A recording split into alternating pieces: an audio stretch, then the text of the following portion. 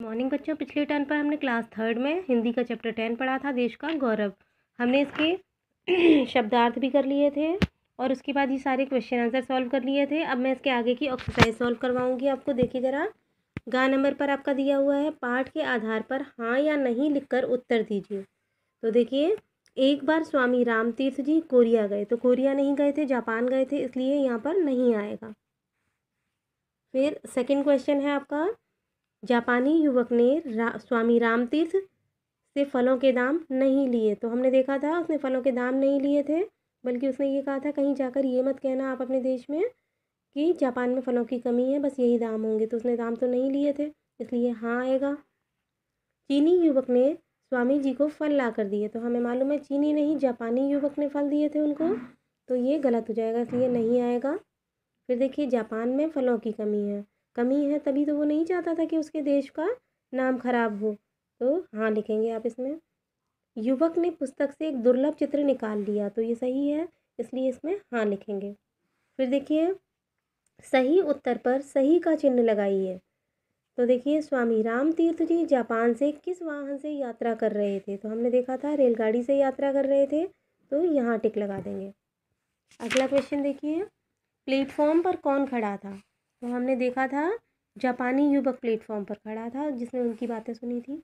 तो देखिए, स्वामी राम तीर्थ जी की बात सुनने वाला युवक कहाँ खड़ा था, तो वो रेलवे प्लेटफॉर्म पर खड़ा था जब वो फल वाले को ढूंढ रहे थे स्वामी जी।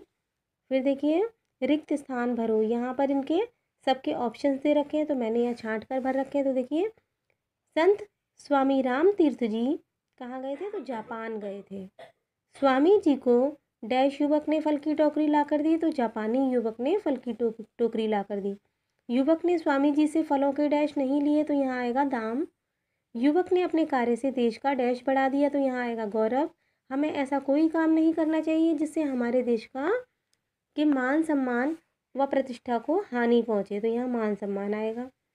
फिर देखिए, रिक्त स्थानों में सही शब्द लिखिए। तो एक बार स्वामी राम तीर्थ जी जापान गए, किसी को मान सम्मान देने के लिए हम गए का इस्तेमाल करेंगे, गया नहीं लिखेंगे। एक दिन स्वामी जी को फल नहीं मिले, मिले आएगा, मिला नहीं मिले। जापानी युवक को देखकर स्वामी जी ने सोचा, सोची नहीं सोचा। फिर देखिए, युवक युवती, इनके बीच में इस तरह का जब डैश लगा रहता है तो यहाँ पर और आ जाता है, यानी युवक और युवती। इसी तरह से साग सब्जी का हो जाएगा साग और सब्जी, अपना पराया का हो जाएगा अपना और पराया, सुबह शाम का हो जाएगा सुबह और शाम। फिर देखिए, रेखांकित शब्दों के पर्यायवाची शब्दों से रिक्त स्थान भरिए, यानी जिस शब्द को अंडरलाइन किया है उसका पर्यायवाची आपको इस डैश में फिल करना है। तो देखिए, स्वामी जी ने दिन भर भोजन नहीं किया, इसलिए वे शाम को डैश खाएंगे, तो भोजन को खाना भी कहते हैं, इसलिए हमने यहाँ खाना भरा है। फिर देखिए, पुस्तकालय में ढेर सारी किताबें हैं, जिनमें से अब किताबें का पर्यायवाची लिखना है। कुछ किताबें, क्योंकि बहुवचन है इसलिए यहाँ पर भी पुस्तकें होना चाहिए। कुछ पुस्तकें कहानी की हैं। फिर देखिए, देश के सम्मान में ही हमारी डैश है, तो सम्मान यानी इज्जत, तो देश के सम्मान में ही हमारी इज्जत है। फिर देखिए, यहाँ पर पर्वतों, दिनों, पेड़ों, देशों तथा समुद्रों आदि के नाम ज़्यादातर पुल्लिंग होते हैं, जैसे हिमालय, सोमवार, हिमालय पर्वत है, दिन सोमवार है, पेड़ में पीपल दिया है, यहाँ पर देश में चीन दिया है और समुद्र में प्रशांत दिया है। फिर देखिए, नदियों, तिथियों तथा भाषाओं आदि के नाम ज़्यादातर स्त्रीलिंग होते हैं, जैसे नदियों में गंगा दिया है, तिथियों में पूर्णिमा। फिर उसके बाद भाषाओं में हिंदी और बोली में यहाँ पर दिया है खड़ी बोली, तो ये सब स्त्रीलिंग होते हैं। यहाँ पर 3 पेड़ों के नाम पूछा है, 3 नदियों के नाम पूछा है, तो पेड़ों में मैंने लिखा है नीम, पीपल, शीशम। नदियों में मैंने लिखा है गंगा, यमुना और कावेरी।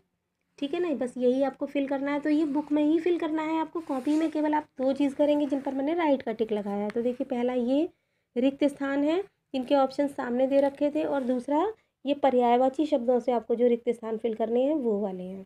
तो केवल ये दोनों आप कॉपी में करेंगे, बाकी सब कुछ बुक में फिल करेंगे। आई होप कि सबको समझ में आ गया है।